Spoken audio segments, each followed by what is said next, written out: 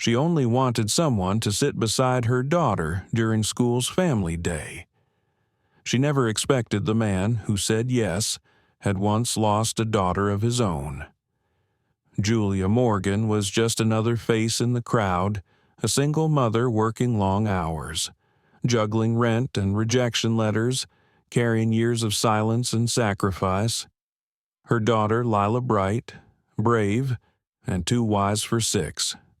What they didn't know was that one moment of innocent kindness, a little girl handing a cake to a stranger, would awaken a grief so deep it nearly drowned him. That stranger, Graham Ellison, a tech billionaire haunted by the loss of his daughter, living behind closed penthouses and colder walls. So why did a man with everything choose to help a mother with nothing? And how did one child's hope resurrect a man's will to live? This is the story of invisible wounds, second chances, and the family you find in the most unexpected places. If this opening moved you even a little, don't forget to like, share, and subscribe, because what you're about to hear might just change the way you see love, grief, and belonging forever. Let's begin. The first thing people noticed about Graham Ellison, if they noticed him at all, was how still he sat. Not still in a casual, relaxed way. Still like stone. Still like someone who had forgotten how to move without purpose. On that gray March afternoon, he was sitting on the third bench from the fountain in Heron Grove Park, dressed in a wool charcoal coat that hung too neatly for someone just out for air. One leg crossed over the other, hands folded over a small white bakery box on his lap. His hair, once chestnut, now silver at the temples, was combed back carefully, as if he still expected to face a camera lens at any moment. But there were no reporters today, just pigeons, wind, and the low chatter of children playing near the swings. Graham wasn't there to be seen. He had come because he couldn't go anywhere else. He was supposed to be in his office on the 47th floor of Ellison Dynamics, skimming quarterly reports, half listening to analysts, nodding through presentations about things he no longer cared about. That's what he'd done every March 14th since the accident. But this morning, when the elevator doors opened, he couldn't bring himself to step out. Instead, he had turned to his driver and said, "Just keep going." Where he didn't know, he hadn't intended to end up in Heron Grove Park. He hadn't been here in nearly 7 years. Not since the day Hazel, his daughter, ran giggling through the leaves with a pink balloon tied to her wrist. While Rebecca, his wife, sipped coffee under the elm trees and laughed at how much their daughter could talk without stopping for breath. 7 years. Somehow the world had continued spinning without them. Graham ran a hand over the bakery box without lifting the lid. The faint scent of vanilla leaked through the cardboard. It was the same cake every year, one of those small 6-inch rounds with a scalloped swirl of white frosting. No writing, no sprinkles, just a single pink candle in his coat pocket. He never lit it. He didn't come to celebrate. He came to remember and to ache. The pain wasn't sharp anymore. It was something duller now, more permanent, like gravity. He sat that way for nearly an hour, invisible to the dozens of people who passed him, joggers, nannies, couples, tourists. That was the beautiful cruelty of Cedar Hill you could unravel in public and no one would look twice. It was why he came here, to be alone, without having to be alone, until someone did stop. A shadow fell across his knees, and he looked up, squinting into the low sunlight. A little girl, no more than 6, stood in front of him, wearing a red coat that reached past her knees and a mismatched pair of boots. She held a small cake box in her gloved hands. Her cheeks were flushed from the cold, and her blue eyes blinked at him with calm curiosity, not fear or hesitation. "Hi," she said. Graham blinked. "Hi." The girl tilted her head. "Are you having a party?" He almost laughed. It came out more like a breath through his nose. "Not really." She looked at the white box on his lap, then held up her own with two mittened hands. "I got this with my own money. I was going to eat it with Mama after her shift, but I can share if you're sad." The words caught him completely off guard. He didn't speak, couldn't. She continued, matter of fact, "You look like someone who misses somebody. Mama says people who stare without blinking usually do." He looked down, swallowing hard. The ache flared unexpected, raw. "What's your name?" he asked, quietly. "Lila, Lila Morgan." She sat down beside him on the bench before he could say anything more. Her little legs dangled above the ground, and she placed her cake box on her lap with the careful reverence of a sacred object. "You don't have to talk," she said gently, like she was reading his mind, "but you shouldn't sit here all alone on a cake day." He opened his mouth, closed it again. Cake day. That's what Hazel used to call it. Not birthday. Cake day. His throat tightened. "This cake," he said finally, tapping his box, "was for someone I loved. Her name was Hazel." "Hazel," Lila repeated, trying the sound out like a secret. "She'd be 12 today," Graham added, almost to himself. "I'm 6, Lila said proudly, kicking her boots. "That's half." He smiled softly, sadly. "I think she'd like that you're not alone today," Lila said after a moment. Then she carefully opened her box, revealing a single vanilla cupcake with a bright yellow sugar flower on top. "Want half." He looked at her, really looked, and for the first time in a very long time, Graham felt something shift in his chest. He didn't take the cupcake. Not yet, but he didn't say no either. Instead, he reached into his coat pocket and pulled out the small pink candle he brought every year. "Would you help me light this?" he asked. Lila's face lit up. Of course. Lila held the matchstick like it was a treasure. Graham watched as her tiny fingers struck it with more confidence than most adults. The flame flickered to life, fragile against the cool breeze whispering through the trees. He cupped his hand around the little pink candle and gently steadied it into the center of the plain white cake. When the flame caught and held, both of them just watched. No one sang, no one clapped. There was no camera flash or chorus of voices, just a little girl and a man made of grief, sitting quietly in a city park with a single candle between them. "Should we make a wish?" Lila asked. He hesitated. "Hazel used to do that, but I never knew what to wish for." "Maybe she wished for you." Her words were simple, unfiltered, and somehow devastating. He blinked back the sting behind his eyes and gave a nod. Maybe she did. Lila folded her hands in her lap. "I'm going to wish for Mama to get that better job, the one with the lunch breaks. That's a good wish." "What's yours?" He didn't answer right away. His eyes lingered on the flame. "That I could go back, that I could hold her one more time, that I could tell her I wasn't too busy, that I could be the kind of father I only figured out how to be after it was too late. I think," he said slowly, "I'll wish that someone, somewhere, gets to keep what I lost." Lila seemed to understand, in that eerie, childlike way that cuts past logic and lands straight in the soul. When the candle finally burned low, Lila leaned in and blew it out. The wisp of smoke spiraled into the sky. "Now it's real," she said, as if that made it official. They sat like that a little longer, sharing silence the way only strangers with heavy hearts can. Graham opened the box and offered Lila a slice of the cake. She giggled. "It's bigger than my face. Take the corner," he said. "It has the best frosting." She did, and together they ate cake in the middle of the park. Her feet swung happily beneath the bench.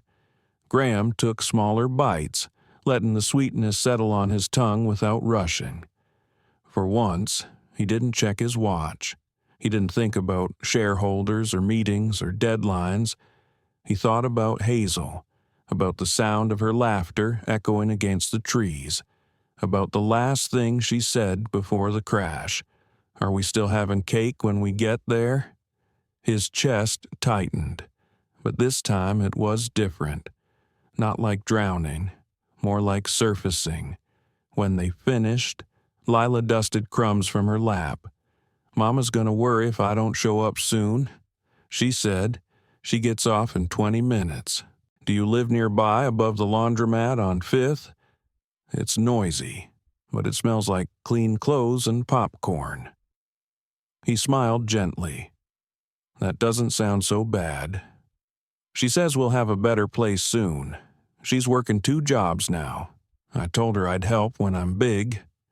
Graham tilted his head. "And where did you get the money for the cupcake?" Lila reached into her red coat and pulled out a crumpled dollar bill and a few coins. "I busk," she said proudly. "You play music." "Nope. I tell stories, like real good ones. I make up voices and everything. Sometimes I read poems too. Mr. Avery from the bookstore says I have excellent cadence. That's impressive." She beamed. "Want to hear one?" "Absolutely." Lila hopped off the bench and stood in front of him like a performer at curtain call. She cleared her throat, then said dramatically, "There once was a man who forgot how to smile. He wore his grief like a heavy old coat, but a girl with boots and a cake in her hand sat down and taught him to float."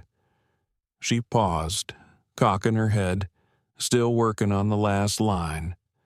Graham laughed, not politely, but genuinely.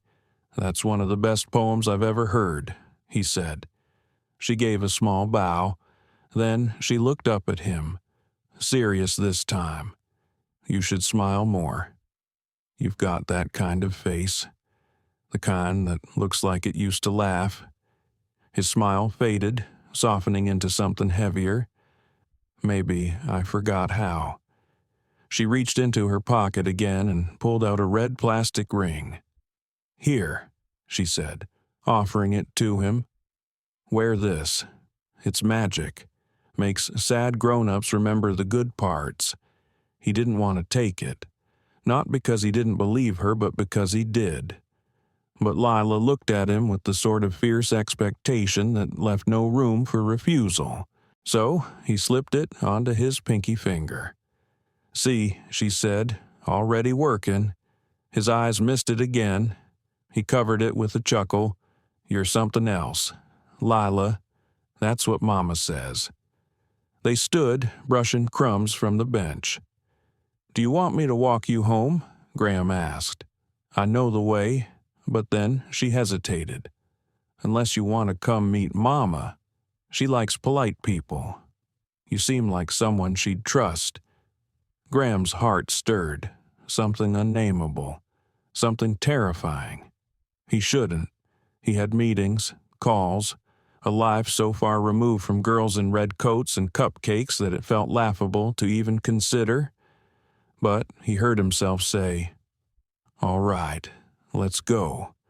They crossed the street together, Lila holding onto the crook of his elbow like a tiny escort. She talked the whole way about a pigeon she'd named Professor Charles, about the way her boots squeaked when wet, about how her mama once saved a squirrel from a storm drain using nothing but a shoelace and a spaghetti strainer. He listened, really listened.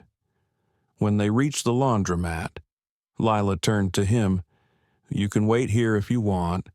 Mama gets off in 3 minutes." "Okay." She disappeared inside, leaving Graham on the sidewalk.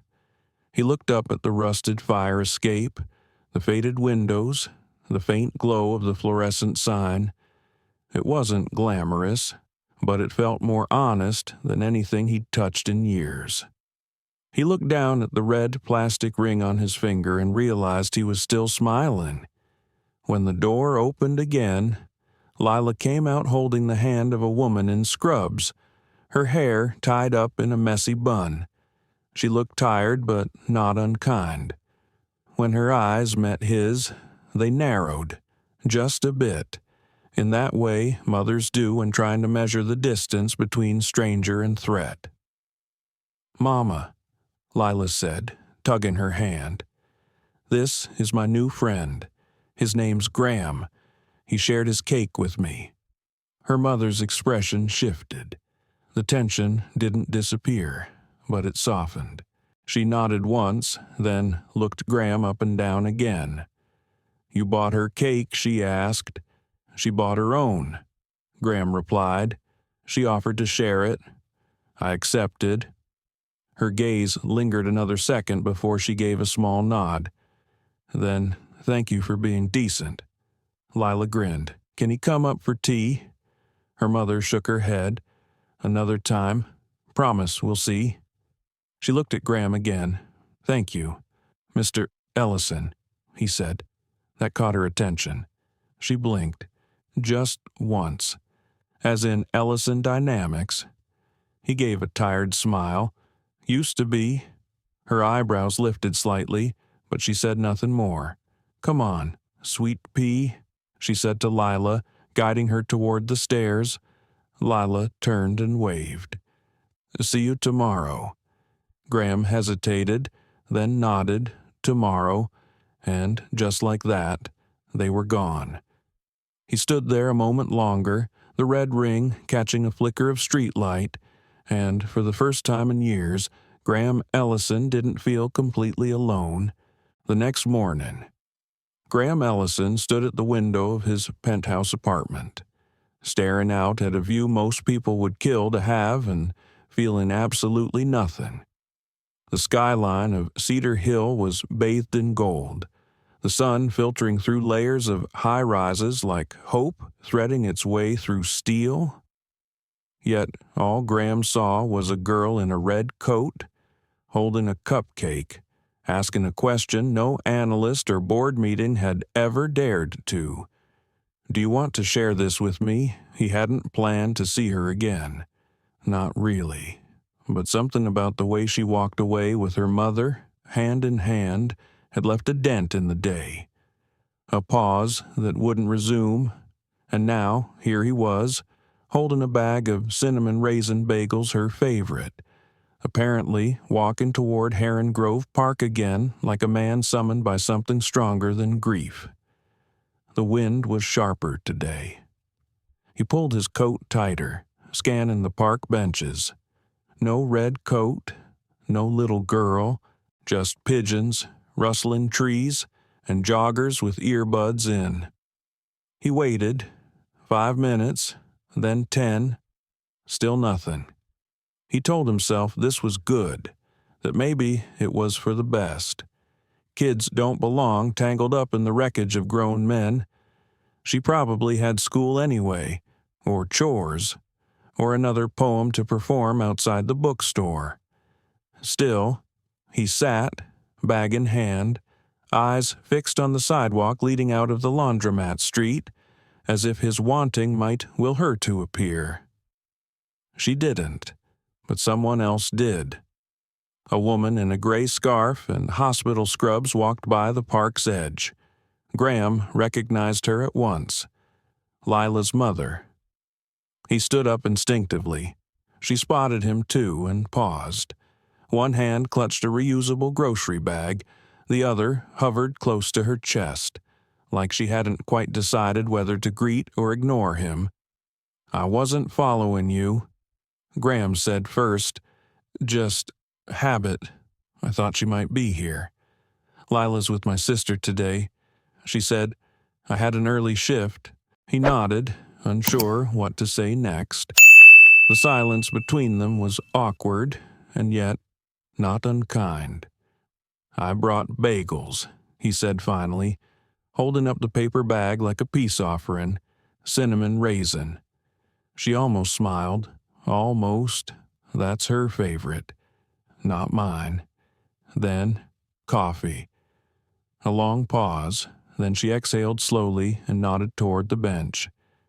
10 minutes. That's all I've got. They sat, the air between them warmer now, not from the sun, but from the unspoken decision to let the conversation unfold. "You don't seem like the kind of man who eats bagels in parks," she said, peeling one open slowly. "I wasn't. Not until 2 days ago. Something happened." Graham hesitated. "Then my daughter died. 4 years ago. On her birthday." She stilled. The bagel remained untouched in her hand. "I'm sorry," she said quietly. "Thank you." She was the reason for the cupcake. She was the reason I was in the bakery at all. They sat quietly for a while, the city humming softly in the background. "I'm Julia, by the way," she said eventually. Graham turned to her. "Julia Morgan." She nodded. "Single mom, laundry queen, master of cheap pasta dishes." He smiled. "Graham Ellison, former CEO, current, wanderer, I guess." She looked at him carefully. "You don't seem lost." "No. You seem like someone who just remembered where he came from." That stopped him. He looked at her like someone hearing a language he once spoke fluently, but had long forgotten. Julia bit into her bagel and chewed slowly, eyes half closed. "This is actually pretty good. Told you. You from Cedar Hill originally. No. Grew up in Vermont. Came here for college. Stayed for the Empire. Ellison Dynamics." He sighed. "Wasn't supposed to be mine. My brother was the visionary. I was the numbers guy. What happened? He got sick, passed away at 29. I stepped in, never stepped out." She nodded. "Life has a way of putting you in shoes you never asked to wear. Sometimes it gives you the whole damn outfit." That made her laugh, low and soft. "So what now?" she asked, wiping crumbs from her lap. Graham glanced at her. "Now I sit in parks and wait for 6-year-olds who tell better stories than half my marketing team ever did." "She does that," Julia said, smiling. "She reads a lot, gets it from my mom. Before she passed, they'd sit for hours reading old poetry books. I heard one of her poems. It stayed with me. She calls it her brain music, says it helps her understand the things people don't say out loud." Graham nodded slowly. "I think she understood me better in 10 minutes than most people have in years." Julia looked at him now, not like a stranger, but like someone cautiously removing a layer of armor. "She likes you," she said. He looked down at the red plastic ring still looped around his pinky. "She saved me," he said, "and she doesn't even know it." Julia's eyes welled, but she blinked quickly and stood. "I have to get going. Another shift." He rose too. "Can I walk you?" She hesitated, then nodded. As they strolled along the sidewalk, she said, "I don't usually let strange men near my daughter. I hope you know that. I wouldn't blame you if you didn't let me near her again." "She doesn't have many constants," Julia said. "She deserves to have someone who shows up twice." Graham looked at her, then really looked at her. Tired eyes, strong spine, wrinkled uniform, shoes worn thin, a woman who carried everything and still made space for love. "I want to show up," he said. Julia stopped walking and turned to him. "Then don't make it about fixing something. Don't come in here with your guilt or your wallet or your name. Just be kind, and don't disappear. That simple, that impossible." He nodded. "I'll be at the park tomorrow," he said. "Same bench." She gave him a long look, then a small smile. "We'll see you there." And with that, she turned and disappeared into the flow of pedestrians, her ponytail bouncing with every step. Graham stood still. The red ring gleamed under the streetlight, and for the first time in a long time, tomorrow didn't feel like a punishment. It felt like a promise. Graham arrived early the next morning. The sky hadn't quite turned blue yet, just a soft gray stretching across Heron Grove Park like a clean slate. He sat on the same bench, hands tucked in the pockets of his overcoat, the red ring still on his finger. The bakery bag beside him carried 2 blueberry muffins and a hot chocolate with 2 marshmallows, one for him, one for her. He hadn't asked if she liked them that way. He just guessed and hoped.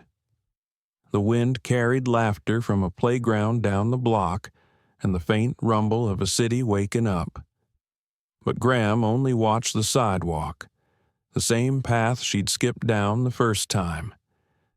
Then he saw her. Lila, wearing a different coat this time, navy blue, with bright sunflower buttons and mismatched gloves, one red, one yellow. She held her mother's hand as they crossed the street, and the moment she spotted him, her face lit up. "Mr. Muffin Man," she shouted, breaking into a run. Graham stood just in time to catch her as she crashed into him with a hug. He froze. He hadn't been hugged in 4 years, not since Hazel, and this girl, this strange little girl, had no idea what she was reopening in him. But his arms moved on their own. Gently, he returned the embrace. "I saved you the warm one," he said softly. You remembered Julia caught up, breathing hard. "She's been up since 6, asking if you'd really be here." "I made a promise," Graham said, handing Julia the second muffin and gesturing toward the bench. "You have a minute?" Julia hesitated. "5. I'm on call." Lila sat between them like she'd been doing it her whole life. "Can we read today?" Graham blinked. "Read my book, the one I told you about. It's sad but good, like real life. I'd love to." Lila pulled a tattered book from her backpack. It was missing its cover, the pages crinkled, well-loved. She opened it to a dog-eared chapter. Julia leaned over to explain. "It's a story about a little fox who loses his mom and learns to listen to the wind." Graham swallowed, already feeling the lump in his throat. Lila pointed to the page. "You read the fox. I'll be the wind." And so they did. They read together in the crisp morning air, voices soft, letting the story wrap around them like a scarf. Graham noticed how Lila whispered the wind lines with such care, as if they were secrets. He read slowly, pausing when her eyes widened, speeding up when she tapped the page. Julia sipped her coffee quietly, watching them with something he couldn't quite name. When they reached the end of the chapter, Lila leaned back against him like it was the most natural thing in the world. "You're good at voices," she said. "I had a lot of practice," Graham replied. "My daughter used to pick books like this." "You had a daughter?" she asked, tilting her head. Graham nodded. "Hazel. She loved stories about animals. She thought squirrels were secret spies." Lila giggled. "They kind of are. You ever see how they stare at people?" He chuckled. "Yeah, like they know something you don't." Lila grew quiet. "Where is she now?" Graham hesitated. He looked at Julia. She gave a tiny nod. "She passed away," he said gently, "a few years ago." "Oh," Lila whispered. Was it loud that surprised him? Loud. Sometimes sad things are loud, like when Grandma died, the ambulance, the crying, all the grown-ups arguing in the hallway. Graham considered that. No, he said, it wasn't loud. It was very quiet. Too quiet. Lila didn't say anything for a moment. Then she placed her small hand over his. Well, I think maybe she's in the wind, too, like the fox's mom. That was it. The dam cracked. Graham didn't cry, not exactly, but his throat closed, and his vision blurred, and he had to take a deep breath before he could speak again. Thank you, Lila. She just nodded, like it was nothing. Julia stood. We have to go. Honey. Lila hugged him again. You'll come back tomorrow. Right, I will. She held up her hand for a pinky promise. No disappearing. He locked his finger around hers. No disappearing. As they walked away, Julia turned back briefly. You're good with her, she said. She makes it easy. Just be careful. She attaches fast, and she doesn't get a lot of people who stay. Neither do I, Graham thought. That night, he didn't go to the office. He didn't open his laptop or answer emails. Instead, he pulled out an old photo album from the back of a closet, one he hadn't touched in years. There she was, Hazel, in every frame, her smile too big for her face, her cheeks round, eyes lit with wild curiosity, her last birthday, her last bike ride, her last bedtime story. He stared at the images like they might speak, like they could forgive him for moving on. And yet, he knew now he hadn't moved on. He'd stopped, completely. The grief had sealed him in a room without doors. And then, out of nowhere, a little girl in a red coat had found a crack in the wall. Maybe grief never really ends. Maybe it just makes room. The next day, he returned to the park with a new book. Lila spotted it instantly. Oh, new chapters. He handed it to her. Your turn to read. She gasped, delighted, and curled up beside him on the bench. Julia watched them from a distance for a while, then quietly walked away to take a phone call. Graham didn't notice, because in that moment, he wasn't a billionaire. He wasn't a man broken by what he lost.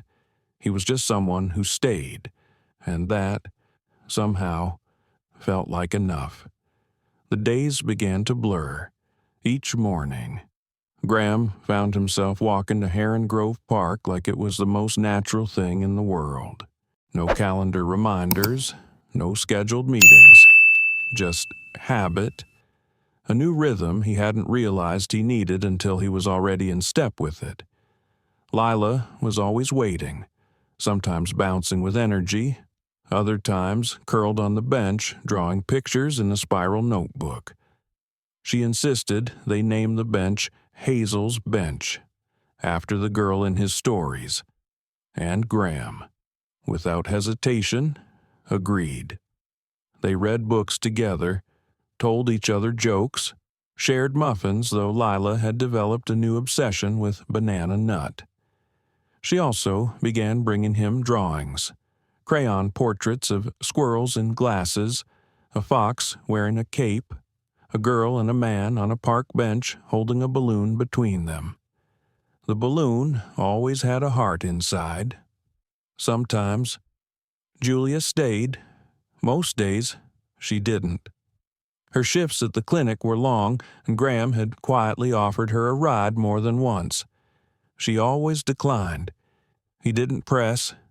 It was a quiet, careful dance between them, a mutual respect, something warm but uncertain. But on the 6th morning, everything changed. That day, Lila didn't run to the bench. She trudged. Her coat was half-zipped, and her mittens were balled in one hand. Her cheeks were flushed, but not from the cold. Her eyes, usually so alert, looked heavy. Graham stood as she approached. Hey, sunshine. Lila didn't smile. Mom says we can't stay long." Julia appeared behind her, breathless. Her hair was damp, pulled back in a messy bun. She looked like she hadn't slept. "I'm sorry. Graham," she said quietly. "She insisted on coming. I didn't want to. But is she sick?" Graham asked. Julia hesitated. "No," Lila muttered. "Just sad." Graham knelt. "What's wrong, kiddo?" Lila stared at the ground. "Someone from my old school found us. Mom says we might have to move again." He froze. Again, Julia exhaled, stepping closer. "Her father, my ex, isn't safe. I've got an order, but that doesn't mean much. I thought we were off his radar, but someone tagged me in a photo. I've deleted it, but I'm not sure it was fast enough." Graham's chest tightened. He looked at Lila again. "Do you feel safe right now?" She shrugged. "I don't know." Something in her voice hit him like a punch. Not fear exactly, but resignation. Like this wasn't new, like hiding was routine. How many times he asked gently. Julia's eyes flickered. Too many. He didn't ask more, but something solidified inside him. An ache that turned into a decision. He sat down slowly. "Lila, what if I told you there's a way to feel safe without running?" She climbed up beside him. "Is it a magic coat?" He chuckled. "Better. It's something real, but it might take some trust." She tilted her head. "From who? From you. And your mom." Julia sat beside them, folding her hands. "What are you thinking?" He met her eyes. "Let me help." Her face immediately tensed. "Graham, I know. You don't want charity. You've handled everything on your own. I respect that, but I have resources. People, lawyers, safe houses, you name it. If you're willing, I can make sure he never comes near her again." Silence stretched between them. Julia's eyes welled, but she blinked the tears away. "Why would you do that for us?" He paused, heart pounding. "Because someone once saved me when I didn't know I needed saving. And maybe this is me paying it forward. Or maybe it's because your daughter is the only person who's made me feel alive in 4 years." Julia didn't answer at first, but she reached for his hand and didn't let go. That afternoon, Graham called his head of security, Marcus Red, and requested immediate legal reinforcements and a personal detail for Julia and Lila. Within hours, Marcus had background information, digital tracers, and a private protection team prepped to move. Julia was stunned. "Just like that?" she asked. Graham nodded. "Just like that." Over the next 2 days, the park felt different, not because of tension, but because of the possibility of something new. Lila smiled again. She brought Graham a paper crown and declared him king of safety. He wore it for the entire hour, even as other adults gave him strange looks. "Does this make you my royal dad?" she asked. Graham didn't answer right away. He studied her face, the honesty in it, the unfiltered love. Then, softly, "Only if you'd want that?" Lila beamed. "I think I'd like that very much." And just like that, his heart ached again. But this time, it wasn't from grief, it was hope. Still, not everyone was thrilled with the change. At dusk, as Graham was reviewing documents in his penthouse, Marcus walked in with a file.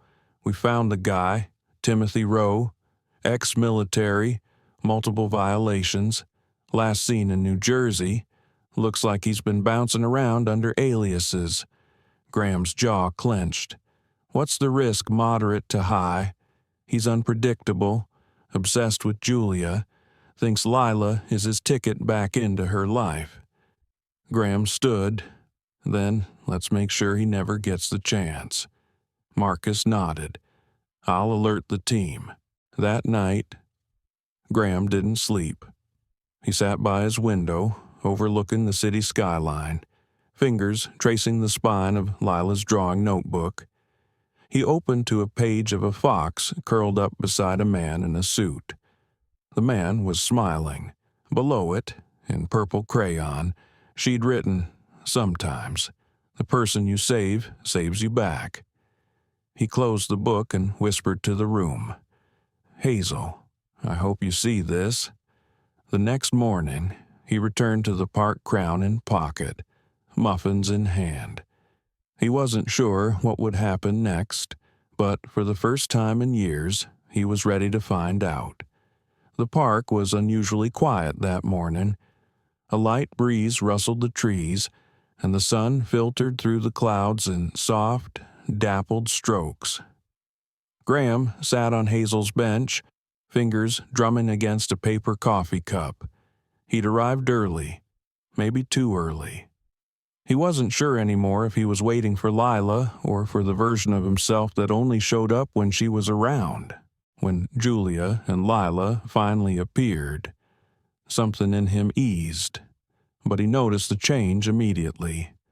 Lila's eyes darted more than usual. She clung to her mother's coat, not skipping, not talking. Julia wore a brave smile, but her knuckles were white as she held her phone, like she'd just read something she couldn't unsee. Graham stood. Something happened. Julia hesitated. He called. Graham's stomach sank. Blocked number, voicemail, said he knows where we are now, said he's coming for what's his. Lila looked down. Graham knelt and gently took her hand. "Hey, you're safe. You hear me? You're not going anywhere unless you want to. No one's taking you away." Lila nodded, but her bottom lip trembled.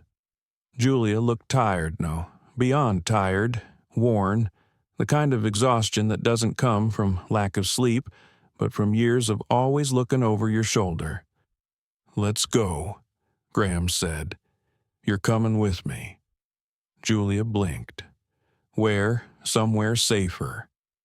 She hesitated. "Graham, I don't want to uproot her again. I don't want to owe anyone. I don't want to run." He softened his voice. "You're not running. You're standing still for the first time, with support, real support." Julia looked at Lila, then nodded. Within 30 minutes, Marcus had a car waiting at the park entrance. It was discreet but well-armored, with a driver who didn't ask questions and eyes that scanned constantly. As the car pulled away, Lila curled up against Julia in the back seat. Graham sat in the front, quietly texting updates. They arrived at a townhouse tucked behind a private gate in a quiet part of the city. It belonged to a retired judge who now spent most of her time in the south of France. Graham leased the property for security rotations during high-profile company transitions.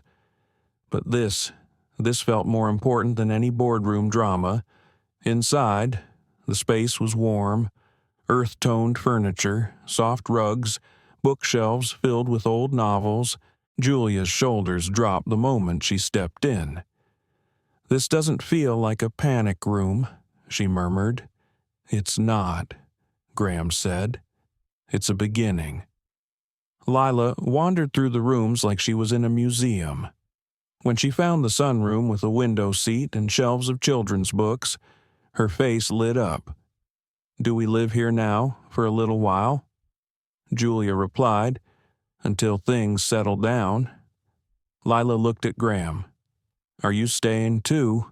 He hesitated. "If that's okay with you." Lila beamed. "It's better than okay." Graham stayed the night in the guest room, and for the first time since Hazel's death, he didn't feel like a guest in his own life. The next morning, Julia made coffee while Graham cooked pancakes. Lila wore a robe too big for her and helped stir the batter. It felt like a family, but the quiet didn't last. Marcus called around noon. "He's here." Graham stepped into the study, phone pressed tight, where spotted near the park, just pacing, no weapon visible, but he's trying to provoke attention. Is Julia's location secure? Triple-checked, no leaks, but he's agitated. Don't engage yet. I want to talk to Julia. He ended the call and turned to find her already standing in the doorway. You heard? She nodded. Let him come. Graham frowned. Julia, I'm done running, she said quietly. You said this wasn't about charity. Let me fight too. Later that day, they sat with Marcus and a legal advisor, drafting a plan. It was bold, risky, but it would work. Julia agreed to file a formal harassment and stalking report, backed by private surveillance footage and time-stamped voicemails. They compiled audio logs, photos, and digital tracking evidence enough to obtain a protective order enforceable across all state lines. But what made the difference wasn't the paperwork. It was Julia, the clarity in her voice, the steadiness in her spine. The next 48 hours were tense, but then the call came. He's been picked up, Marcus said. Local law enforcement acted on the order. He won't be out for a long while, if ever. Julia let out a breath that sounded like it came from years ago.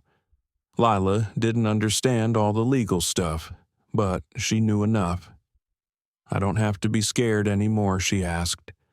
No, sweet pea, Julia whispered. You don't. That night, Graham stepped outside for air. He stood under the stars, hands in his coat pockets, staring up at the sky as if Hazel might still be watching. And then he heard the door creak. Julia joined him, barefoot on the stone patio, wrapped in a throw blanket. I can't tell if this is real, she said softly. It is. I mean it. Graham, this feels like a trick, like life doesn't hand you peace without asking for a price later. He turned to her. Maybe not, but sometimes life gives you a second chance disguised as something small. A cupcake, a child's drawing, a conversation on a park bench. She laughed under her breath. A paper crown. He smiled. Exactly. They stood in silence, and then, for the first time, Julia leaned into him, not because she needed saving, but because she finally felt safe enough to stop bracing. I'm scared, she whispered, not of him, of this, of feeling again. I know, Graham said, so am I. They didn't kiss, they didn't rush anything, but they stayed there, holding the silence like something sacred. Inside. Lila slept with Hazel's stuffed fox by her side. She'd asked earlier if Hazel might be watching from the moon. Graham had said yes, and meant it. The next morning, everything changed again. But this time, it wasn't fear that did it. It was love. The following week unfolded like the quiet after a storm. For the first time in years, Julia didn't check over her shoulder every time she walked outside. The sun no longer felt like an interrogation light. It felt warm, safe. Graham noticed how she moved differently now, shoulders a little lower, steps more grounded. And Lila. She was blooming, singing more, asking curious questions again. They stayed at the townhouse, a soft place to land, as Julia called it. But the air had changed. It wasn't just a temporary shelter anymore. It was becoming a home. One morning, Lila crept into Graham's room holding a lopsided paper drawing. This is you, she said proudly. Graham blinked at the image him, in what looked like a cape, with a fox and a crown. You gave me back my mommy's smile, she added. He swallowed hard. Thank you, Lila. I think you gave me back something too. She tilted her head. What? My heart. Later that day, Julia found him pacing the hallway. He looked unsettled. "What's going on?" she asked. Graham turned to her slowly. "Hazel's memorial is next weekend." Julia's expression softened. "You going?" He nodded. "It'll be 2 years. I usually spend it alone, at the estate, her favorite spot in the garden." Julia paused. "Would it be okay if Lila and I came?" He blinked. "You'd want to." "Only if it helps. I think Hazel brought us here." Somehow, that silenced him. They left early Saturday morning, a quiet drive up the coast. Lila fell asleep with her head against Julia's shoulder in the back seat. The Ellison estate rested on a hilltop overlooking the bay. Stone walls, winding ivy, wild roses that Hazel had loved. The air smelled like memory. Graham hadn't been back since. He kept a caretaker on staff, but the rooms remained untouched. As they walked in, Julia looked around in quiet awe. "This place, it's beautiful, but lonely." He nodded. "Exactly. The ceremony in the garden was private. Just Graham, Julia, Lila, and Marcus at a distance. Hazel's favorite music played softly in the background. Her ashes were scattered beneath a Japanese maple that she had planted herself. Lila held a flower crown she'd made and laid it at the base of the tree.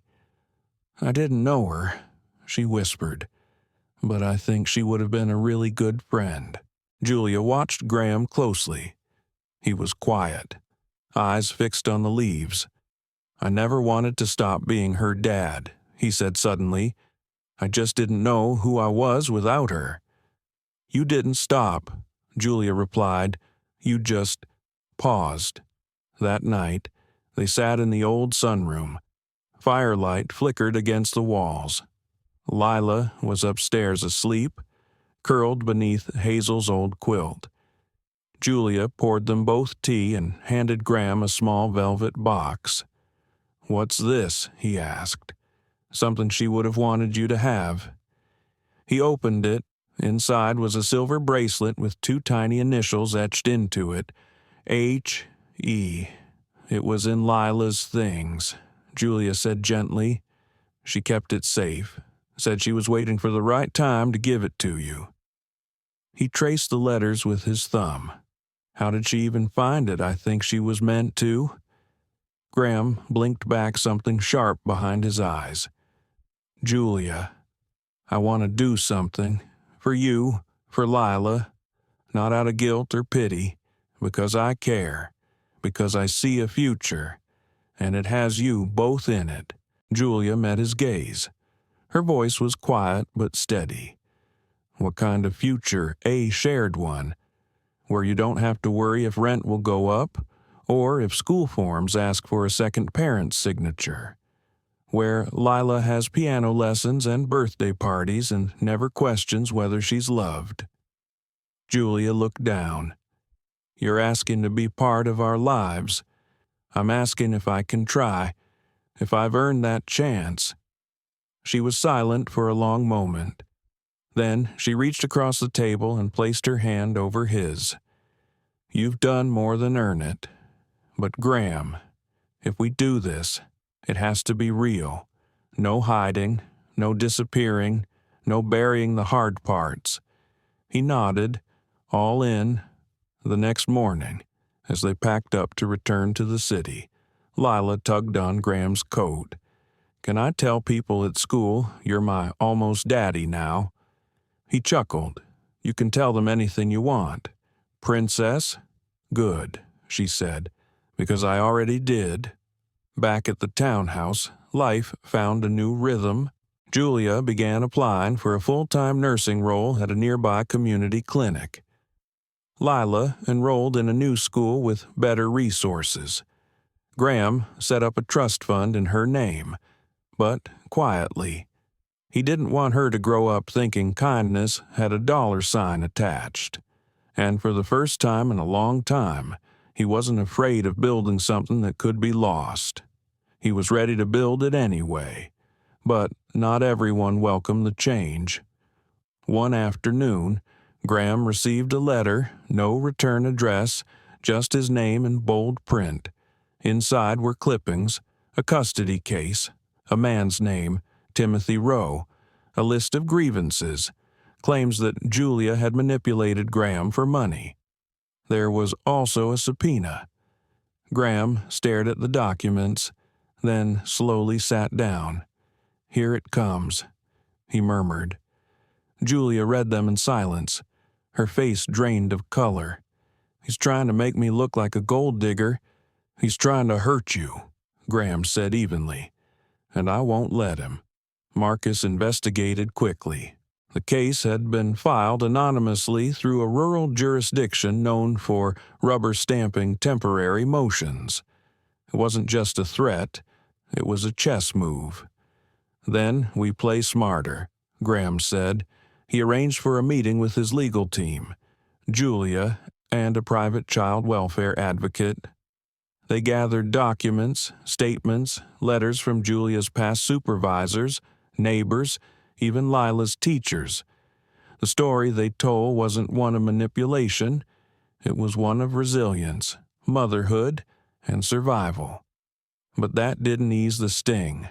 That night, Julia sat alone in the kitchen, staring into a cup of tea that had gone cold. "I hate that he still gets to do this," she whispered, "that he still controls the narrative, that he gets inside my head." Graham leaned against the doorway, watching her. "He doesn't get to win. He already won," she said bitterly. "He took years of my life, my confidence, my voice, and now he's trying to take you too." Graham crossed the room and knelt beside her. "No, I choose to be here, with you, with Lila, and I'm not going anywhere." She looked at him, raw and unsure. "Even if it gets messy, especially then." They sat in the silence, wrapped in uncertainty but grounded in something stronger. It wasn't over, but they weren't alone anymore, and that changed everything. The courthouse in Westfield wasn't grand. It was beige and flat, with flickering overhead lights and a stained vending machine in the corner of the lobby. But to Julia, it felt as imposing as a federal tribunal.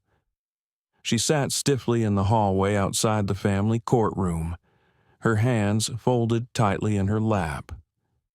Lila was with Marcus and Graham at a nearby cafe, oblivious to what this morning could mean. Across from her sat Timothy Rowe. He was dressed like a reformed man, clean-shaven, khakis, a pale blue button-down. But his eyes, Julia noticed, held the same twisted coldness as they had the night he threw her phone into the fireplace and said, "Now you have no one." He looked at her like she was a puzzle he had once solved and could now dismantle again. "You always were good at finding new wallets," he sneered under his breath. Julia stared straight ahead, not flinching. When the bailiff called their names, she stood first, inside. The room was quiet. The judge, a thin woman with a gray streak in her bun, glanced through the paperwork with a bored expression. "Ms. Morgan," she said without looking up. "Mr. Rowe claims you are housing your child with an unrelated male benefactor. His name is Graham Ellison," Julia interrupted, her voice firm. "And he's more of a father to Lila than Timothy ever was." The judge raised an eyebrow but said nothing. Timothy's attorney, a slick man with expensive shoes and a smirk that didn't fade, began rattling off their arguments: alleged instability, financial manipulation, a concern for moral ambiguity in Lila's current living situation. "He's not her biological father," the attorney pressed, and this arrangement could be seen as coercive. Julia stood. Her voice didn't tremble. "My daughter is safe. She is thriving. We left a history of emotional and financial abuse, documented abuse, and are finally in a stable, loving environment. This is nothing more than retaliation." Timothy narrowed his eyes but said nothing. The judge exhaled slowly, then turned to Julia. "Ms. Morgan, do you have independent character witnesses?" "Yes," Julia said. "Letters from Lila's teachers, my previous employer at the city hospital, and a court-approved child psychologist who met with us last week." The judge scanned the thick folder. "Very well," she said. "The court will take the matter under advisement. Mr. Rowe's temporary visitation petition is denied until further review. You may be dismissed. It wasn't a full victory, but it was a start." Outside, the sky was a deep gray, and the air smelled like early spring. Julia stepped into the cold, shaky with adrenaline. Graham was waiting by the curb. As she approached, she didn't speak. She just walked straight into his chest and let herself be held. "It's not over," she whispered. "No," he agreed. "But we're not alone now." They returned home quietly. Lila ran to Julia, hugging her legs. "Did the judge like your dress?" she asked. Julia smiled. I think she liked the truth. Later that night, after Lila had fallen asleep beneath the stars painted on her ceiling, Graham poured 2 glasses of red wine and set one on the table. Julia sat across from him, exhausted. "There's something I need to say," he began. She looked up. "I've spent most of my life thinking that money fixes things, that if I just applied the right strategy or gave the right amount, people wouldn't hurt anymore." Julia listened without interrupting.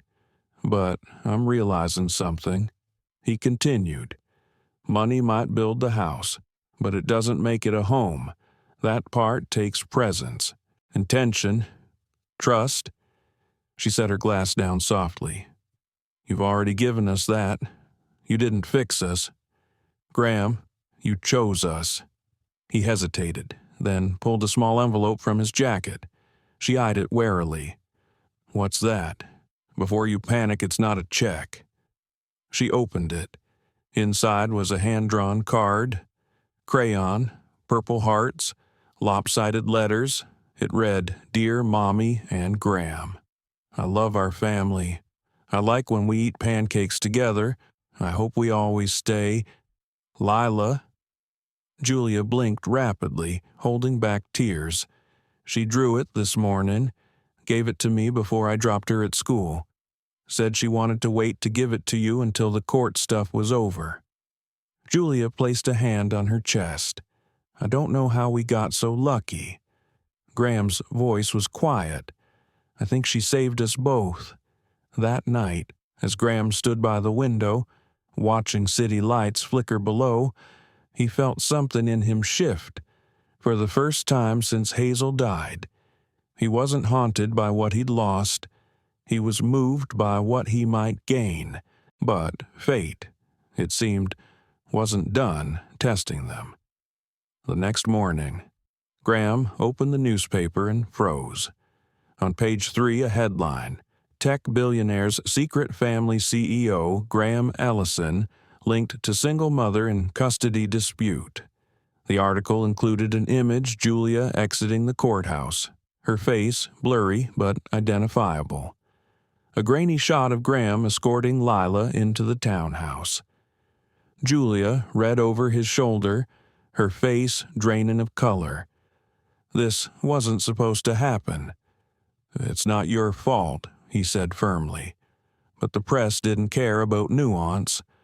Within hours, reporters swarmed outside the townhouse. Tabloids speculated everything from love child scandals to inheritance wars. Online trolls flooded Julia's old photos with vicious comments. A reporter even cornered Lila's school principal. Julia panicked. She can't go back there. Not with cameras. Not like this. Graham acted fast. He arranged for a private tutor to visit the townhouse. Marcus enhanced security. But Julia knew this wasn't sustainable. "This isn't a life," she whispered late that night. "We're hiding. Again." "No," Graham said gently. "We're protecting what matters." But his heart ached. He saw the fear return into Julia's posture, the fatigue behind her eyes. She was retreating, and he couldn't lose her too. 3 days later, Julia made a decision. "I'm going away," she said quietly, "just for a while. My cousin in Maine runs a lake cottage, no internet, no paparazzi, just space." Graham's face fell. "You're leaving, I'm regrouping," she clarified, "so Lila doesn't have to learn what it means to be hunted, just for a little while. Then we'll come back. Can I come visit?" She reached out and touched his hand. "I want you to, when the dust settles." He nodded slowly. "Just don't disappear on me." "I won't," she promised. "But if we're going to fight for this future, we need to do it from a place of strength, not fear." As she packed that evening, Graham knelt to help Lila zip up her little purple suitcase.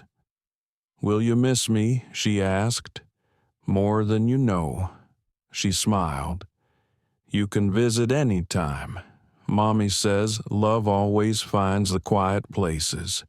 When they left the next morning, the townhouse felt hollow. But Graham didn't retreat. He leaned into the silence, into his grief, into the ache of waiting not as punishment, but as preparation. Because some stories aren't about winning quickly. They're about holding on, even when it's hard, especially when it's hard. Maine was quiet in a way that made time feel different. The cottage sat at the edge of a pale green lake, flanked by pine trees so tall they seemed to scrape the sky. Lila chased dragonflies in the damp morning grass. Julia sat on the porch swing wrapped in an old quilt, coffee cooling in her hands. The stillness, at first, had unnerved her. Now, she welcomed it like a balm. But Graham wasn't there, and absence, no matter how justifiable, has a way of pressing in. Julia had brought only what they needed: clothes, sketchbooks, a worn paperback Lila insisted they read together at night. She turned off her phone for most of the day, avoided headlines, avoided mirrors, avoided thinking about what might be happening in New York without her. Yet every evening, when Lila had drifted to sleep, Julia slipped outside with a notebook and pen. Her words were messy, raw, half prayers, half confessions. She wrote to Graham. She never sent the letters. Back in the city, Graham sat in his study staring at the headlines. The initial media storm had slowed, but the smear pieces remained. Julia's name had been dragged across tabloid sites as everything from a gold digger to a covert surrogate. Lila's photo had surfaced on one cruel platform with the headline, "Tech Tycoon's Secret Heir." He'd taken swift legal action. Marcus worked tirelessly behind the scenes, but the damage had already seeped into the public consciousness. People didn't forget scandals. They collected them. And Graham. He was tired, not just from fighting battles on Julia's behalf, but from realizing how little control he had, even with his fortune. At night, he replayed that last morning, the softness in Julia's voice when she said goodbye, the way Lila had waved from the back seat. He missed them so much it made his chest ache. Still, he respected her decision. She needed space to rebuild. He needed to decide if he was willing to wait. One afternoon, a package arrived at the cottage in Maine. No return address. Inside, a folded letter and a handmade puzzle. The letter was from Graham. The puzzle was from him and Lila's favorite photo sitting on the couch, mid-laugh during pancake morning. Julia stared at it, breath catching. She read the letter 3 times. Julia, I've learned to build things from the ground up, to design systems that work under pressure. But I never learned how to hold a heart. You're teaching me that. You and Lila both. This isn't a demand. It's a hope.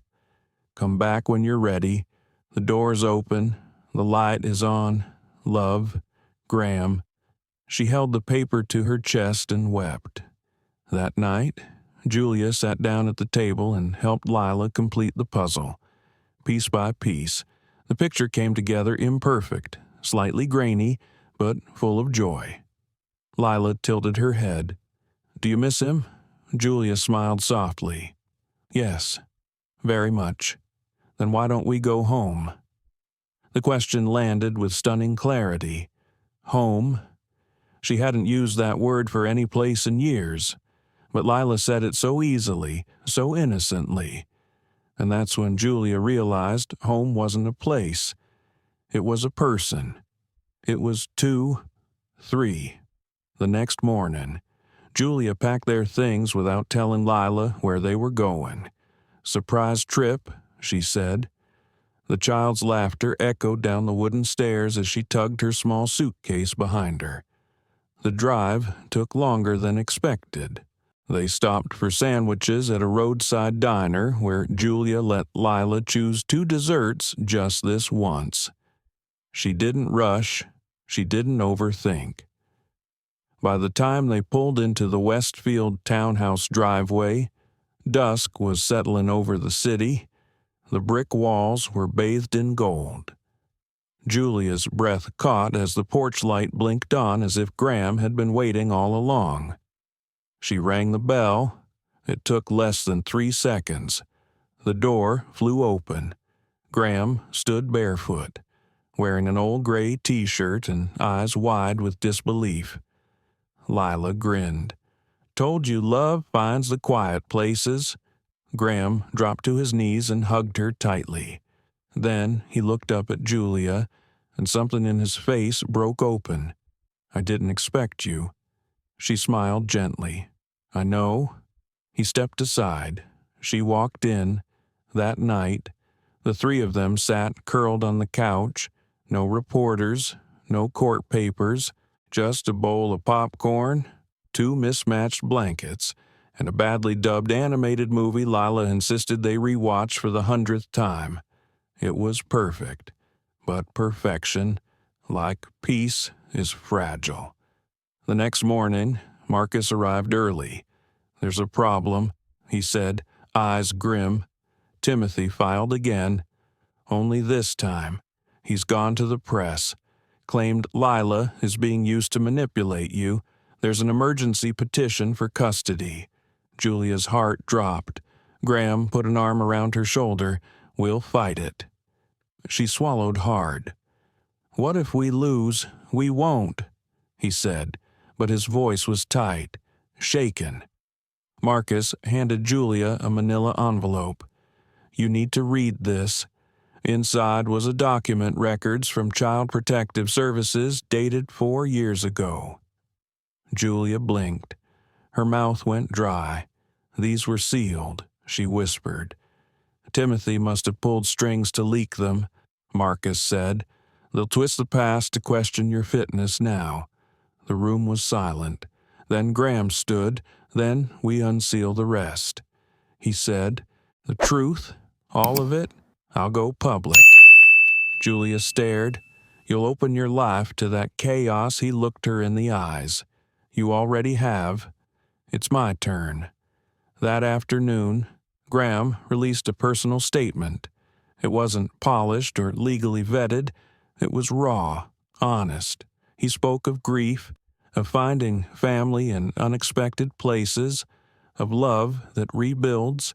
He defended Julia, named her, stood beside her in full view of the world, and the world noticed. Some praised him, some mocked him, but most listened. Julia received a message that night from a nurse she hadn't seen in years. I remember how kind you were to my daughter in ICU. You deserve peace. Dozens followed, strangers, friends, former patients, each note like a stone laid down on the path back to dignity. Still, the court date loomed. Julia couldn't sleep the night before. She stood at the window, watching raindrops race each other down the glass. Graham joined her silently. "What if I'm not enough?" she whispered. He didn't answer right away. Then, softly, "You are." She turned. "I don't want Lila to grow up believing that love is something you have to earn." "She won't," he said, "because you've shown her it's something you give, even when it's hard." When morning came, Julia dressed slowly. She didn't wear armor this time, just a navy blue dress. The one Lila had said made her look like a calm sky. And when they walked into court that day, hand in hand with Graham on one side and Lila on the other, Julia felt, for the first time in years, completely seen, not perfect, but whole and ready. Courtroom 6B wasn't particularly grand. Fluorescent lights hummed overhead, the benches creaked under weight and nerves. But for Julia, stepping into that room felt like walking into every childhood nightmare wrapped into one. Timothy was already seated at the front. His gray suit was pressed, his hair combed, his expression carefully composed. Next to him, a high-powered attorney, sharp cheekbones, tighter smile. Julia's palms went clammy. Lila sat with Marcus in the hallway outside. She wasn't allowed inside. Julia hated that most of all. Graham squeezed her hand as they approached the plaintiff's table. She looked up at him, surprised by how steady his presence made her feel. He nodded toward the front. "We tell the truth. That's all we do." Judge Delaney, a woman in her 60s with silver hair and a voice like gravel, entered the courtroom. The clerk called the case number. Petitioner Timothy Rowe, representing himself as the biological father, is seeking emergency custody of minor Lila Morgan. Respondent Julia Morgan, mother of the child. Mr. Graham Ellison, present as legal guardian under pending adoption. Julia flinched at the word pending. Timothy's lawyer stood first. "Your Honor, we present a case of concern. Miss Morgan has relocated the child multiple times in the last year. She is currently residing in the home of a billionaire tech mogul. We believe this unstable environment, alongside Miss Morgan's sealed CPS history, calls into question her fitness as a parent." Graham tensed beside Julia, but she kept her eyes on the judge. "We're asking for temporary custody to ensure the child's well-being pending a full psychological evaluation of Ms. Morgan and environmental assessment." Judge Delaney turned to Julia. "You may respond." Julia stood slowly. Her voice didn't shake. "Your Honor, I won't pretend I've had an easy life, or that I haven't made mistakes, but I've never not once abandoned my daughter. We've had to move because I've been stalked, harassed, undermined by the man sitting across from me." She paused, looking directly at Timothy. "He was never a father. Not when I begged him to come to doctor's appointments. Not when I worked 2 jobs to keep Lila clothed. Not even when he accused me of faking my pregnancy. But now that she has a home and safety, now he wants her." The room was silent. Julia took a breath. "I'm not unstable. I'm a mother who survived, and I won't let trauma be twisted into unfitness." Timothy's lawyer rose again, this time holding a folder. "We'd like to enter into evidence a report from Child Protective Services 2019. It details a welfare check initiated after Ms. Morgan collapsed from exhaustion while supervising Lila at a playground.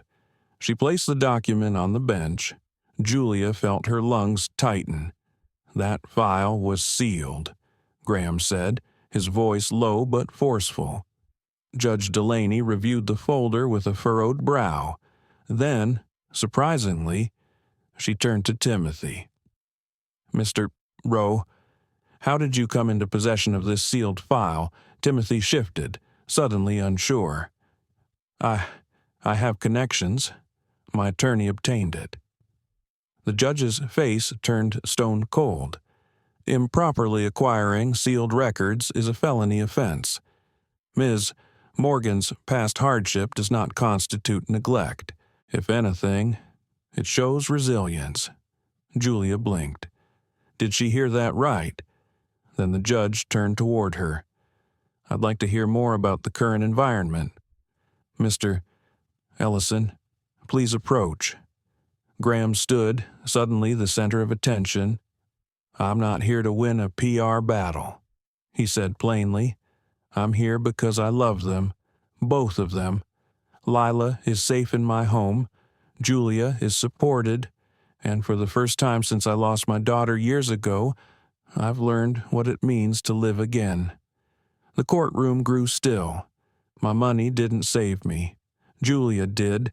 That little girl did. And I will protect them with everything I have, not because of status, but because of love. Julia felt tears prick her eyes.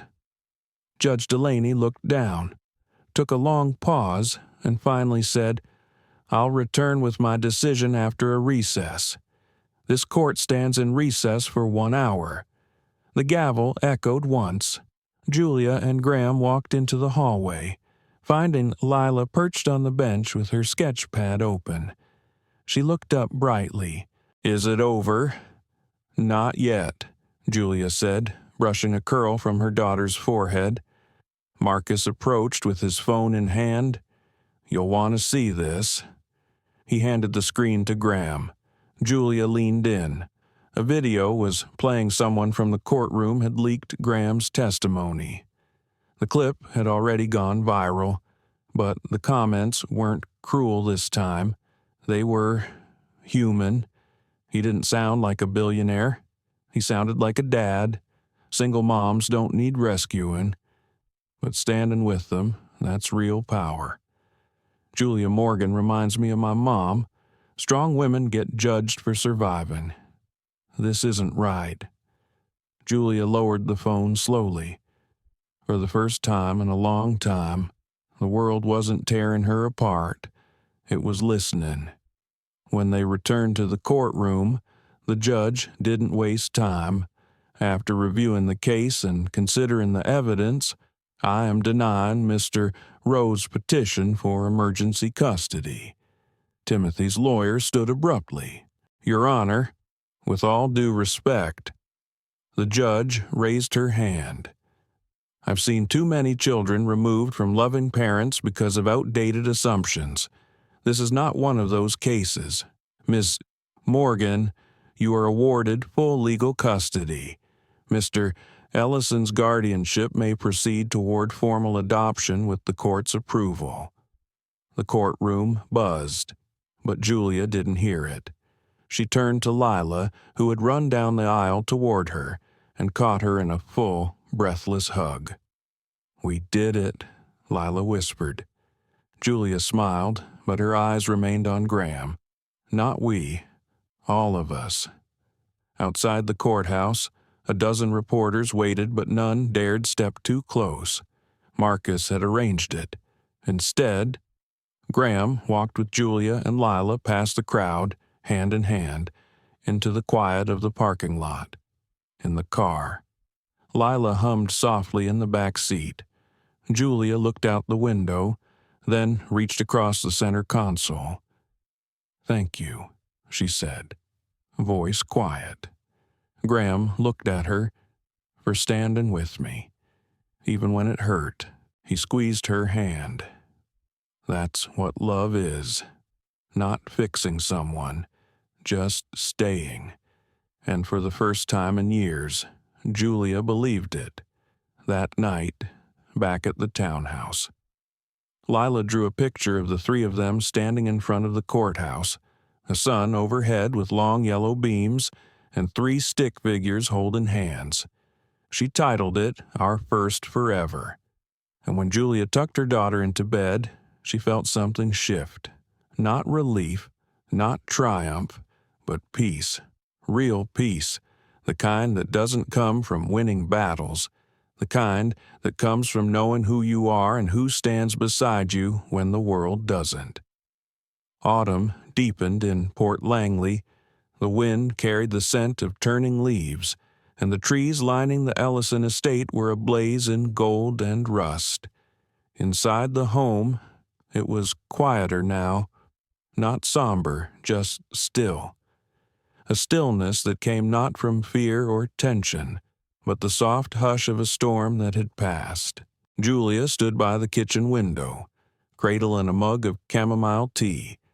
She watched Lila chase leaves in the backyard with Graham's old golden retriever, Boone barking and dancing at her heels. She still couldn't quite believe it. The custody battle was over. Timothy had gone silent after the judge's ruling.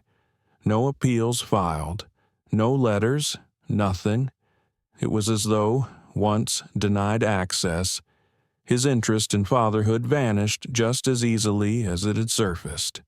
She should have felt triumphant, but what she felt was hollow. Graham walked in quietly behind her, his hands in the pockets of his gray sweater. He didn't say anything, just leaned beside her, shoulder to shoulder, and watched Lila, too. "She's different," he murmured after a while. Julia nodded. "Yeah, lighter somehow. She knows she's safe." They stood in silence for a few more moments before Julia finally said what had been sitting heavy on her chest. "I thought I'd feel more whole, you know? Like once I had legal custody, everything would fall into place. But now I keep asking myself, who am I if I'm not fighting anymore?" Graham turned toward her. "You're still you. I'm not sure I know what that means." He didn't press her for more. That was something she appreciated about Graham. He held space for her questions, her doubts, without rushing in to fill them with answers. Later that evening, after Lila had gone to sleep her favorite new bedtime story tucked beside her pillow, Julia found herself standing in the hallway that led to Graham's home office. The door was cracked open. She hesitated, then stepped inside. He looked up from his desk, the soft glow of a desk lamp casting long shadows on the wall. "Couldn't sleep?" he asked gently. She shook her head. He stood and gestured to the couch in the corner. "Sit." She sank into the cushions, folding her legs beneath her. Graham joined her, close enough to be present, but not overwhelming. "I used to think survival was the same as living," she whispered. "But now that the chaos is gone, I realize I've been holding my breath for years." Graham's voice was quiet. "You've never had space to just be. That takes time and grace. I don't even know what brings me joy anymore. I feel out of place in this big, beautiful house, like I'm waiting for someone to tell me it was all a mistake." He turned toward her. "Do you want to find out what brings you joy? I mean," she looked at him, surprised. "You think I can?" He smiled faintly. "I know you can, but it starts with something simple. A walk, a book, maybe baking a cake again." She chuckled. "Baking a cake is how all this started. I remember. A little girl trying to give kindness to a stranger, and that stranger trying to remember how to feel. They both fell quiet. Then Graham said, 'You know, I've been thinking about something too, about you and Lila.'" She tilted her head. curious. I'd like to officially start the adoption process, not just for legal reasons, because she's already my daughter in every way that counts, and I want to make that real." Julia felt tears rise, sudden and sharp. She wasn't crying because she was sad. She was crying because for once she didn't feel like she was losing anything. She was gaining. "I think she'd like that," Julia whispered. "So would I." The next morning, the house was buzzing with gentle joy. Lila came bounding into the kitchen, her curls wild and her socks mismatched. "Mommy, guess what Boone did?" "What?" Julia asked, kneeling to her daughter's hot. "He brought me a stick but then ate it." Julia laughed, full and easy. "Sounds about right." Graham entered just then, holding 2 envelopes. One was addressed to Julia, the other, in softer handwriting, was addressed to Miss Lila Morgan. Julia took hers first. The letter was from a local foundation, the Dahlia Project, a community initiative supporting women re-entering the workforce after hardship. They'd seen Julia's story in the media and were offering her a position as a guest speaker and a creative writing mentor. She read the letter twice. Something stirred inside her. Not just nerves, a spark. She looked at Graham. "They want me to help other women like me. You should do it." She bit her lip. "What if I'm not strong enough to go back into the world?" He smiled. "Julia, you're the strongest person I know, but even if you weren't, you'd still be worthy." Lila tore open her own envelope with careful little fingers. Inside was a hand-drawn invitation, courtesy of her school counselor. "Family Day celebration. Bring someone who makes you feel most at home." Lila grinned. "Can I bring both of you?" Julia felt the lump in her throat again. "Of course you can, baby." Later that day, Julia drove alone for the first time in weeks, just her and the radio. She pulled into the parking lot of her old apartment complex and sat in the car for a moment.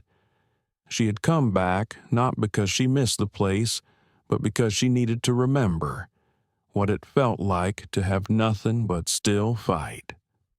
She walked to the door of apartment 2B, pressed her palm to the old chipped paint. Then she whispered, "Thank you."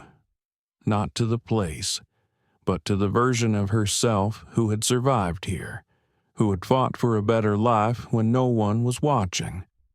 When she returned to the estate, Lila was napping on the couch, wrapped in one of Graham's oversized sweaters, and Graham was reading quietly beside her. Julia stood in the doorway for a long moment, soaking in the scene. It didn't look like a grand victory. It looked like home. And maybe, just maybe, that was the greater triumph. The day of the Family Day celebration dawned bright and cold, with a sky the color of worn denim and leaves swirling across the sidewalks in crisp, golden clusters. Julia braided Lila's hair slowly, her fingers moving with care, weaving not just strands but something far more sacred presence. Lila sat still, surprisingly so for a 6-year-old, watching herself in the mirror with an expression Julia couldn't quite name, almost reverent. "You excited for today?" Julia asked. Lila nodded. "Very, but a little nervous too." "Why nervous?" Lila glanced down at her hands. "I want them to like you. And Graham." Julia paused, heart catching on that tender vulnerability. She turned Lila gently toward her. "They don't have to like us, baby. That's not what today's about." "Then, what's it about?" Julia smiled softly. "It's about you knowing who's in your corner and showing the world what love looks like, no matter what it's shaped like." Lila seemed to absorb that. Then she looked up again, bright-eyed. "I think it looks like waffles and hugs." Julia laughed. "Exactly."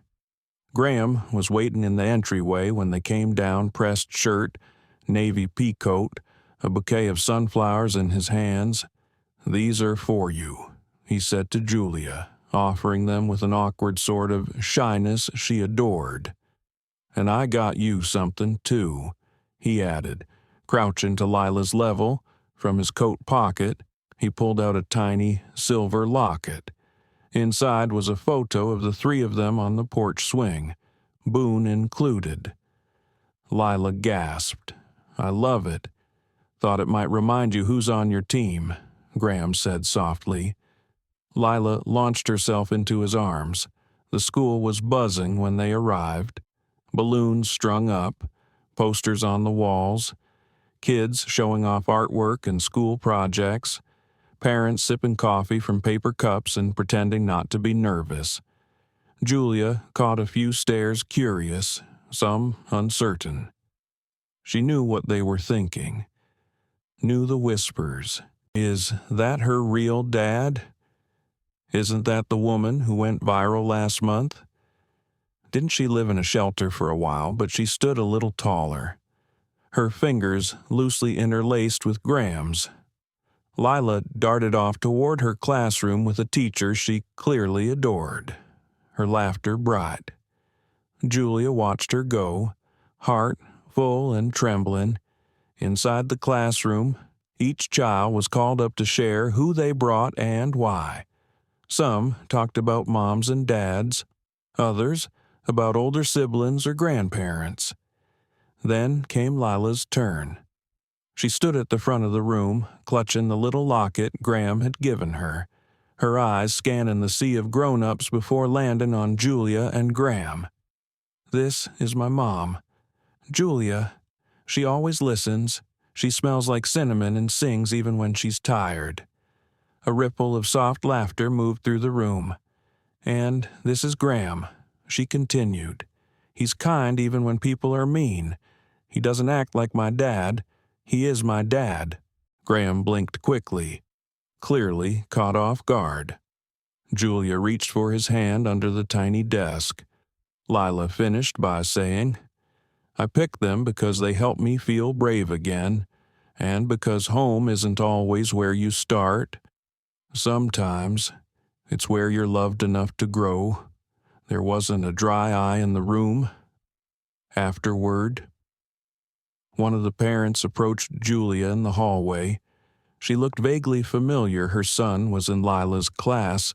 "I just wanted to say," the woman began, shifting the strap of her purse nervously. "You and your daughter, she's wonderful. And that story, it stayed with me." Julia tilted her head. "Which story? The one from the bakery. The little girl and the man who lost his daughter. I didn't know it was about you." Julia's stomach fluttered. That memory of the cake, of Graham's grief, of the silent offer of kindness felt like a lifetime ago. "I didn't mean for it to become public," Julia said. "We were just two people trying to be kind." The woman nodded. "That kind of quiet kindness is rare. It matters more than you know." As the families began trickling out, Julia and Graham lingered behind, watching Lila help clean up with the teacher.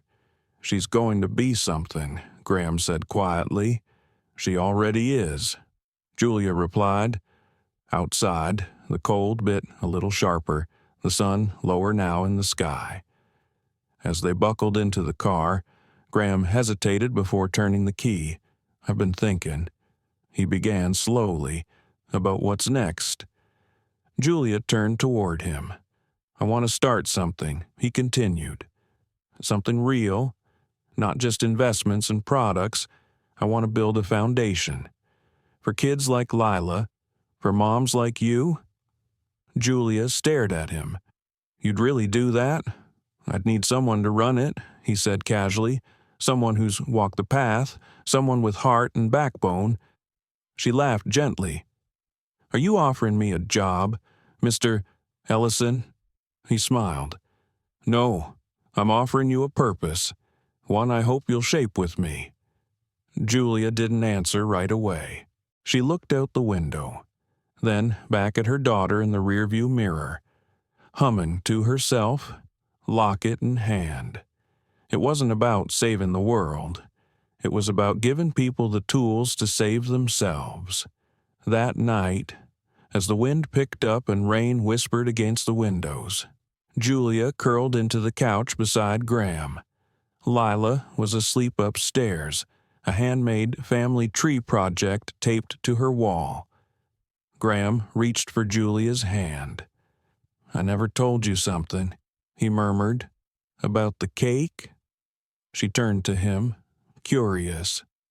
That day, when she handed it to me, I'd planned to walk into the ocean later that evening. Julia felt her breath catch, but she looked at me like I mattered. And you didn't flinch when you saw my grief. You sat beside it, you made space for it, and I've never forgotten that. Tears spilled silently down Julia's cheeks.